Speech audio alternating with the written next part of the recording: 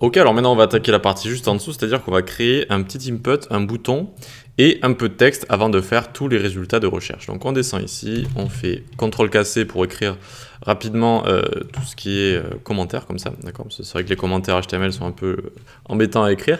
Et donc on écrit titre et recherche ici. Voilà, pour bien segmenter tout ça. Ensuite on va faire un container, d'accord? Donc les containers, c'est ce qu'il y a de la marge sur les côtés. C'est toujours bien pour centrer le tout. Ensuite, on va faire une div columns, vu qu'on va utiliser la grille. .isCentred, donc on va centrer tout ce qu'il y a à l'intérieur. Et isMultiline, donc s'il y a deux éléments qui prennent toute la place, il y en a un qui va aller juste en dessous, d'accord? Tout simplement. Hop, isMultiline, hop, ça s'écrit comme ça. Ok, donc hop, ce qu'on va faire, on va descendre un petit peu. On va commencer par faire une colonne. Donc ça va être pour le titre, on fait une div avec la classe column. Et qu'est-ce qu'elle va prendre? Elle va prendre is3quarter, donc 3 quarts. Hop, nickel. Et donc dedans, on va se mettre le titre. Tac. H2 avec la classe title, la classe is3. Hop. Et as text centered pour centrer ce texte qu'on va écrire juste maintenant. Hop. Et donc j'avais écrit liste des appartements disponibles à Paris. Voilà. Et donc là, il devrait apparaître ici notre texte. Très bien. Donc, qu'est-ce qu'il a de spécial? Eh bien, écoutez, il est positionné extrêmement au milieu. Il y a un conteneur sur les côtés et encore à l'intérieur, il prend les 3 quarts de sa colonne. Ok? Si vous voulez, on va inspecter. Hop, hop. Ce qu'on va faire, on va le mettre ici. Je vais essayer de pas... Voilà, parfait. Donc, on a d'abord un conteneur, d'accord, qui va englober le tout. Ensuite, on a la grille columns. Et donc, ensuite, on a cette colonne-là qui va prendre les 3 quarts de ce qu'elle prend comme place dans la columns ici. OK? Donc, très bien. Maintenant, on va devoir faire notre input et notre bouton juste en dessous. Hop, hop, on descend. Et donc là, hop, on va écrire input et bouton. Très bien. Donc là, on va faire une autre colonne, tac. Donc div.column, elle va également prendre donc toute la place, les 12 colonnes, et on va centrer tout ça, isCentred. Ok. Ensuite, on va aller à l'intérieur, et à l'intérieur, c'est là qu'on va faire quelque chose d'un peu spécial, on va recréer une autre grille dans cette column. D'accord? Donc regardez, on recrée une column avec un S, .isMobile, .isCentred. Ok? Donc isMobile, c'est-à-dire que ça ne va pas se mettre les uns au-dessus des autres quand on va passer en dessous de 768 pixels. Ça va du coup tout le temps rester avec l'input et le bouton juste à côté.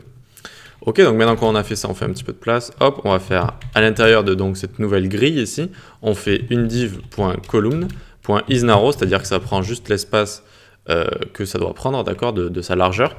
Et on lui dit que quand on sera en mode mobile, is7mobile. Ça prendra 7 colonnes. Ok, donc maintenant là-dedans, on a envie de faire notre input tout simplement. Donc quand on fait un input, on fait une div avec la classe field. Ok, donc ensuite on va s'occuper de la div parent de l'input. Donc on fait div, on lui donne la classe control. Et on va créer deux icônes dedans. La première sera à gauche, donc on met has icons left. La seconde sera à droite et on mettra donc has icons right. Hop, voilà, c'est une petite technique. Si vous mettez deux icônes, et qu'ensuite vous mettez ces deux classes ici, eh bien la première sera à gauche, la seconde à droite. Tac, on va ouvrir tout ça, on crée enfin notre input avec la classe input pour le styliser, type texte, très bien, et à l'intérieur on va mettre un placeholder, dedans il y aura écrit recherche. Voilà, nickel. Ensuite donc on va descendre en dessous, il va falloir s'occuper des icônes, on va faire un span icon, is small, ça va être une petite icône, .is left, voilà, ça va être la première icône à gauche. Et donc on fait un i ensuite avec la classe fas tiré ou point plus loin fa search comme ça. Voilà, nickel. Hop, avec la classe donc fas plus loin fa search et vous voyez donc qu'on a bien l'icône qui est apparue à gauche ici. Ok. C'est vrai que quand on construit des inputs comme ça, il y a pas mal de choses, mais très bien, comme ça vous fait au moins découvrir un exemple comme ça. C'est vrai quand on crée input plus icône comme ça fait un petit peu de classe, c'est un petit peu verbeux on va dire. Et donc en dessous on a envie de changer d'icône, elle sera pas à left, elle sera à right comme ça. Et on va prendre fas fa check, donc ça va être, regardez, une sorte de check comme ça, comme c'est quand vous avez réussi quelque chose. Voilà, nickel, vous voyez. Donc là on a notre input qui est créé et on va venir en dessous donc créer notre bouton ici. Donc on vient là, on va faire une div, on crée une autre colonne. Is narrow pour qu'elle prenne juste l'espace qu'elle doit prendre, juste sa largeur. et non pas toutes les colonnes qu'on lui donne.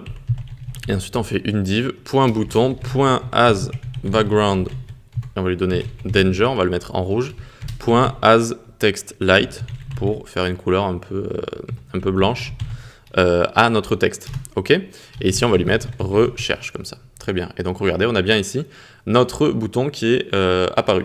Et donc maintenant, si on teste tout le côté responsive, regardez, on va grossir comme ça l'écran. Très bien, ça va rester au milieu, ça va prendre juste la place que ça doit prendre, et ensuite on va descendre ici, hop, ça va prendre cette colonne et ça va être responsive. Ok, donc c'est exactement ce qu'on voulait, c'est super. Ok, donc pour terminer, on va rester dans notre grande classe columns ici, donc on va aller tout en bas, hop, absolument ici, voilà, et ça va être texte ici, en dessous de l'input, on va rajouter un petit texte, voilà, comme si on disait quelque chose juste en dessous, et donc là on va faire une div avec la classe column is 12, comme ça, nickel. Et on va faire un P avec la classe hasTextCentered, nickel, et on va mettre un lorem, je crois que j'avais mis lorem 10, tac, voilà, pour avoir un petit texte en dessous, très bien, nickel, c'est exactement ce que je voulais, voilà, avec des informations par exemple. Donc, très bien, on va passer à la prochaine vidéo pour faire les résultats de recherche, parce que je pense que là, c'était assez pour une seule vidéo. Donc, regardez, on est toujours dans le container ici. On a créé du coup un grand élément columns qui va avoir vraiment tous nos éléments qui sont ici. On a bien fait attention à lui mettre is multiline ici, pour que, regardez, quand on est en mode mobile, ça va, mais sinon, ils vont pas passer les uns au-dessus des autres comme ça, et donc les uns en dessous des autres. Donc, il nous faut bien is multiline ici. Et puis ensuite, voilà, tout simplement, on a créé des columns avec à chaque fois ce qu'on voulait, donc c'est-à-dire un titre, et puis la partie input ici avec deux icônes notamment. On leur a bien mis isNarrow pour qu'ils prennent l'espace, juste voilà, leur largeur quand on est en grand écran comme ça. Je trouve ça assez bien. Et quand on passe en mobile, par exemple, ici l'input va prendre cette colonne, ok.